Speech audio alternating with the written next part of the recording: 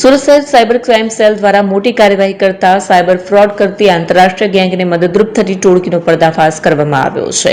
Police commissioner Anupamsinh Gehlot અને અધિક police commissioner doctor Karanraj વાઘેલાના માર્ગદર્શન હેઠળ સાયબર ગુનાઓ રોકવા માટે પ્રોએક્ટિવ કામગીરી હાથ ધરાઈ હતી. નાયબ પોલીસ કમિશનર બિશાખા જૈન તથા મદદનીશ પોલીસ કમિશનર એસી ડેનિયલ્સની દેખરેખમાં અલગ અલગ ટીમ બનાવી તપાસ કરવામાં આવી. તપાસ દરમિયાન બહાર આવ્યું કે ભાવેશ શિંદે અને હરીશ ચૌધરી તેમના સાથીદારો સાથે મળીને લોકોને લોભ લાલચ આપી તેમના નામે બેંક એકાઉન્ટ ખોલાવતા હતા.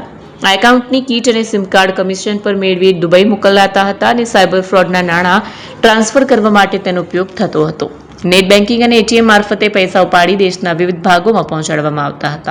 ऑपरेशन न्यू लैंड की कामगिरी के दरमियान हमें एक बातमी मिली, जिसके बेसिस पे हमने परसों एक रेड की. उस रेड में हमने एक आरोपी को अरेस्ट किया जिसका नाम है भावेश शिंदे. भावेश शिंदे का काम था कि साइबर फ्रॉड के पैसे जो अलग अलग रूरल अकाउंट में आते हैं उन अकाउंट से वो पैसे विड्रॉ करवाना, और विड्रॉ करवाने के बाद दिन भर की जितनी भी कैश एक साथ विड्रॉ हुई है उसको इकट्ठा करके हरीश चौधरी को देना. जब हरीश चौधरी का हमने टेक्निकल वर्कआउट करके घर का पता लगाया, उसके घर पे रेड की.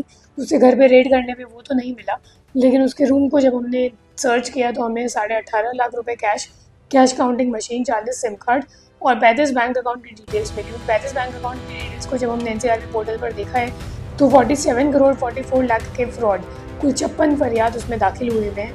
और इसमें जो मुख्य आरोपी मतलब ये जो हरीश चौधरी और ऋषिकेश है, तो इन दोनों के खिलाफ पहले भी ईडी ने एक्शन लिया हुआ है. 4 साल पहले ईडी ने उनको अरेस्ट किया हुआ है और अभी हमारे केस में भी वांटेड है और इनको पकड़ने के लिए हमारी तपास चालू है.